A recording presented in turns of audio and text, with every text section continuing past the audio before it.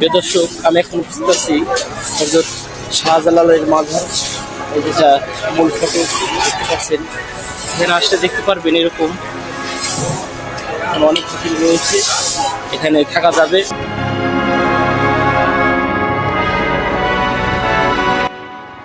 শাহজালালের দরগা সিলেট শহরের একটি আধ্যাত্মিক স্থাপনা, যা মূলত 1303 খ্রিস্টাব্দে বাংলাদেশে আগত ইসলাম ধর্মপ্রচারক শাহজালালের বাসস্থান ও শেষ সমাধি।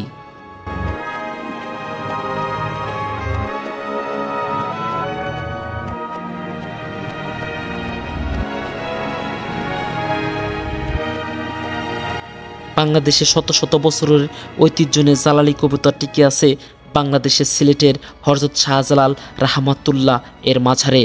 ধর্মপ্রাণ সিলেটের মানুষের বিশ্বাস এই কবুতর হারিয়ে যেতে পারে না, তাই প্রায় 700 বছর ধরে কবুতরের এই বিশেষ প্রজাতির উড়াউড়িতে মুখরিত শাহজালাল রাহমাতুল্লাহ এর মাঝারে।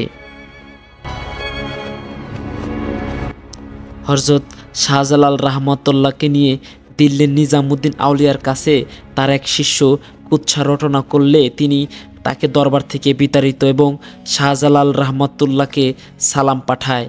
তখন শাহজালাল রহমতুল্লাহ একটি বাক্সে প্রজ্বালিত অঙ্গরের সঙ্গে কিছু তুলা পাঠান, যা ছিল একটি আধ্যাত্মিক নির্দেশন। এরপর তাদের সাক্ষাৎ হয় এবং শাহজালাল রাহমাতুল্লাহ ফিরে আসার সময় ভালোবাসার নির্দেশন স্বরূপ নিজামুদ্দিন আউলিয়া তাকে একজোড়া সুরমা রঙের কবুতর উপহার দেন, যা আজকের জালালি কবুতর বা জালালি কৈতন নামে পরিচিত। 1303 সালে 703 হিজরি 32 বছর বয়সে তিনি সিলেটে আসার পথে দিল্লির আউলিয়া নিজামুদ্দিনের সাথে সাক্ষাৎ করেছিলেন। সাক্ষাতের বিদায়কালে প্রতির নির্দেশন স্বরূপ নিজামুদ্দিন হযরত শাহজালালকে একজোড়া সুরমা রঙের কবুতর উপহার দিয়েছিলেন। এই কবুতর নিয়ে তিনি সিলেটে এসেছিলেন। সেই থেকে সিলেটে এই কবুতরের ব্যাপকতা দেখা যায় এবং হযরত শাহজালাল রাহমাতুল্লাহ এর নামের সাথে মিল রেখে এর নাম হয় জালালি কবুতর।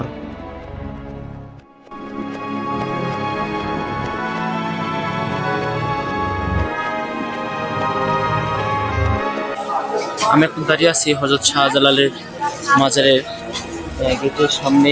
এই পুকুর, এই পুকুরে রয়েছে অনেক বড় বড় মাছ। এক সময় অনেক কিছুই ছিল, এখন কালের বিবর্তন অনেক কিছু হারিয়ে গিয়েছে। আমার পিছনে দেখতে পাচ্ছেন। দরগায় পুকুরের গজার মাছ সম্পর্কে প্রচলিত লোককাহিনী অনুসারে শাহজালাল এগুলোকে পুষেছিলেন, যে কারণে জিয়ারতকারী সহ সিলেটের অধিবাসীরা আজও প্রথাগতভাবে গজার মাছের প্রতি স্নেহ দেখিয়ে আসছেন। 2003 সালের ডিসেম্বর মাসে অজ্ঞাত লোকেরা বিষ প্রয়োগে পুকুরে প্রায় 700-এর বেশি গজার মাছ হত্যা করে, ফলে পুকুরটি গজার মাছ শূন্য হয়ে পড়ে।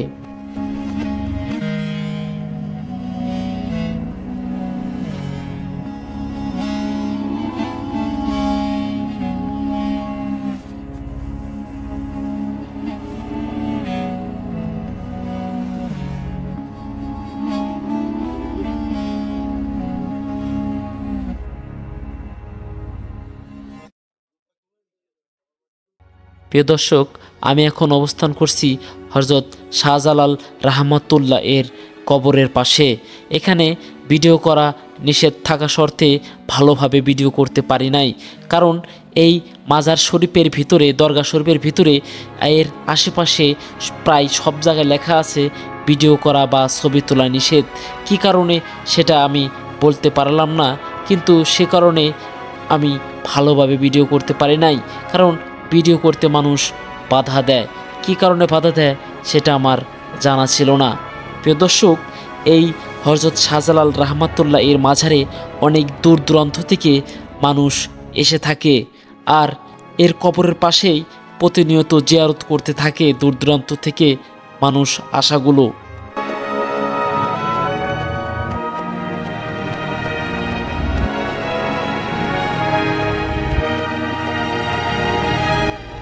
প্রিয় দর্শক, সিলেট বিজয়ের পর দিল্লির সুলতান শামসুদ্দিন ফিরোজ শাহ শাহজালালকে সিলেটের শাসনভার গ্রহণের প্রস্তাব করেন, কিন্তু শাহজালাল এই প্রস্তাব প্রত্যাখ্যান করেন। পরবর্তীতে সুলতান বিশেষ ঘোষণা জারি করে সিলেট শহরের কসবে সিলেট খাজনা মুক্ত করে দরবেশকে সম্মানিত করেন, যা এখনও দরগার সংশ্লিষ্ট এলাকায় বলবিত আছে। সুলতানি আমল হতে প্রথা অনুযায়ী নবাব, বাদশাহ এবং রাজকর্মচারীদের মধ্যে যারা সিলেট আসতেন নানা প্রকার দালান ইত্যাদি নির্মাণ করে সম্মানের সাথে দরগাহের সংস্কার ও প্রসার সাধন করতেন। দরগা চত্বরে অবস্থিত স্থাপনাগুলো সুলতান ও মোগলদের আমলে নির্মিত বলে ফলক ও প্রস্তর ফলকে লিখিত বিভিন্ন নির্দেশন রয়েছে। যেমন সিলেট শহরের সর্ববৃহৎ দরগা মসজিদের ফলকে লিখিত তথ্য আছে। বাংলার সুলতানদের কৃত্য 1400 সালে উহা নির্মিত। শাহজালালের সমাধিগৃহে যে দেওয়ালে রয়েছে তা লুৎফুল্লাহ আমিন বকশীকৃত নির্মিত বলে একটি ফলকের সূত্রে উল্লেখ পাওয়া যায়। এভাবে বিভিন্ন দালান, মসজিদ ও পুকুর ঘাট ইত্যাদি বিভিন্ন সময় বিভিন্ন শাসনকর্তা সহ বাদশাহ ও সুলতানদের দ্বারা শাহজালালের প্রতি সম্মান প্রদর্শনের মাধ্যমে তৈরি করে উল্লেখ রয়েছে।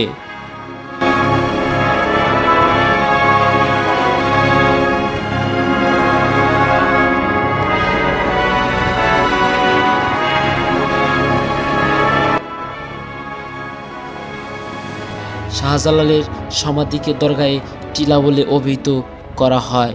টিলার উত্তর প্রান্তে প্রাচীর বিস্তৃত স্থানে শাহজালালের সমাধি অবস্থিত। চার কোণে 4টি উঁচু স্তম্ভ দ্বারা তা নির্মিত। দরবেশের সমাধির পশ্চিম প্রান্তে প্রাচীর সীমা ঘেঁষে একটি ছোট মসজিদ রয়েছে, যা সিলেটের তত্ত্বাবধায়ক ম্যাজিস্ট্রেট ও কালেক্টর ইউলেস দ্বারা পুনর্নির্মিত হয়। দরবেশের সমাধির পূর্ব পশ্চিমে যথাক্রমে ইয়ামিনের যুবরাজ শেখ আলী ও ভারতের গৌড় রাজ্যের উজির মকবুল খানের কবর রয়েছে।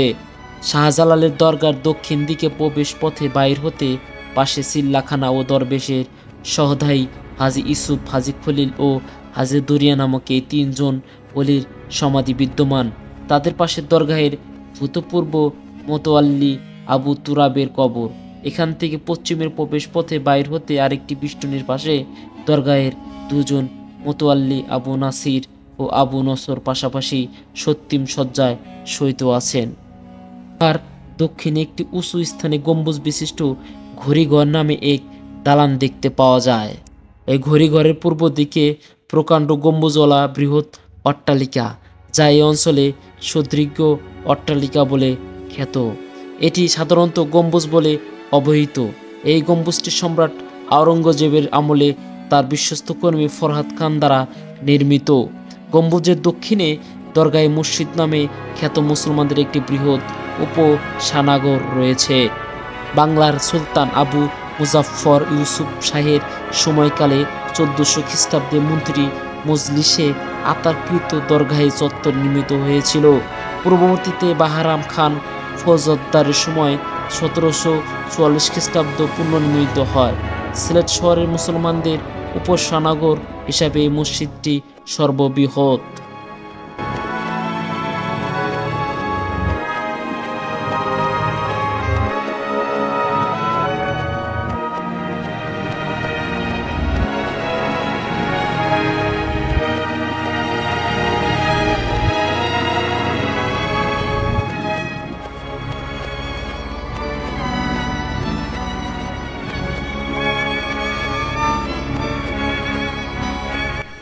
প্রিয় দর্শক, ঐতিহাসিক অচ্যুতচরণ চৌধুরী তত্ত্বাবধানের মতে এই দরগা থেকে প্রেরিত শাহজালালের সঙ্গী অনুসারীদের ধারা ঢাকা, ময়মনসিংহ, ত্রিপুরা, কুমিল্লা ও আসাম প্রভৃতি স্থানে মুসলিম সংস্কৃতি ও ঐতিহ্যের প্রচার ও প্রসার হয়েছে।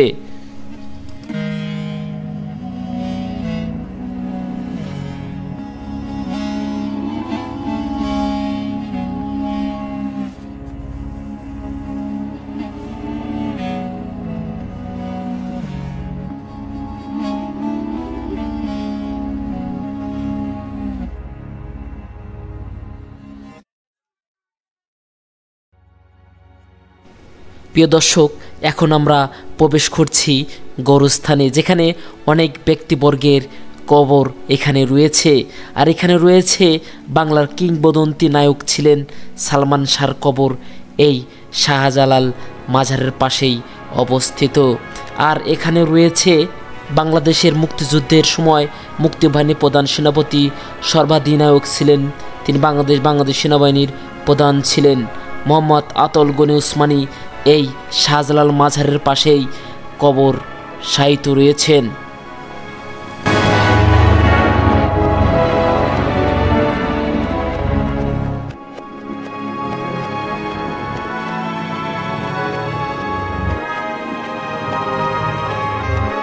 প্রিয় দর্শক, এখন আমি অবস্থান করছি হযরত শাহজালালের সেই কূপে, যিনি অজু গোসল এই কূপের পানি দ্বারাই করে থাকতেন। শাহজালালের অজু গোসল সম্পর্কিত পানি ব্যবহারের পবিত্রতা বিষয়ে চিন্তা করে দরগা টিলার পশ্চিমে একটি কূপ খনন আদেশ দেন। কূপ তৈরি হওয়ার পর আল্লাহর কাছে প্রার্থনা করলে আল্লাহ যেন এই কূপটিকে জমজমের পানির সাথে সম্পর্কযুক্ত করেন।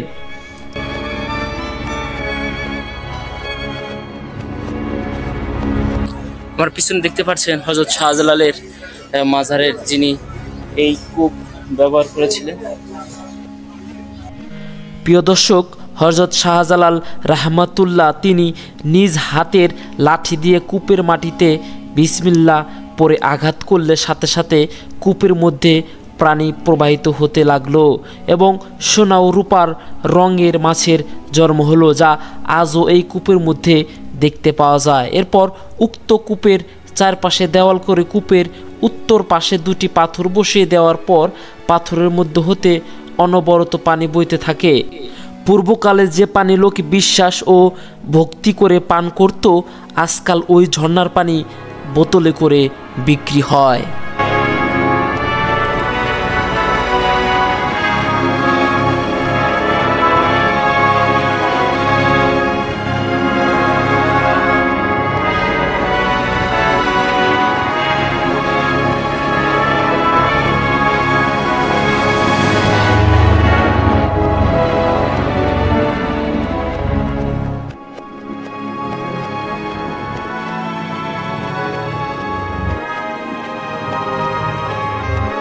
প্রিয় দর্শক, লঙ্ঘনখানার পূর্ব দিকে অন্য একটি ঘরে তামার নির্মিত দুটি বড় বড় ডেকচি রয়েছে, যার এক একটি 7টি গরু ও 7 মণ চাউল একসাথে পাক করা যায়।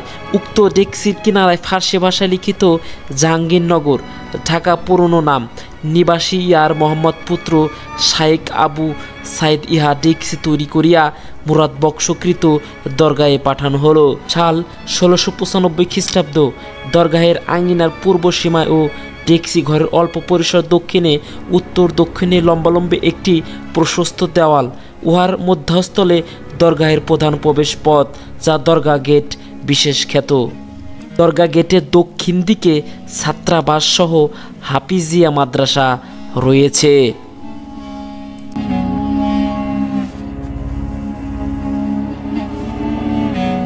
হযরত শাহজালাল মাজার থেকে আমি ডক্টর হোসেন জয় অন্য কোনো ভিডিও নিয়ে আপনাদের সামনে হাজির হব। সে পর্যন্ত ভালো থাকবেন। আল্লাহ হাফেজ।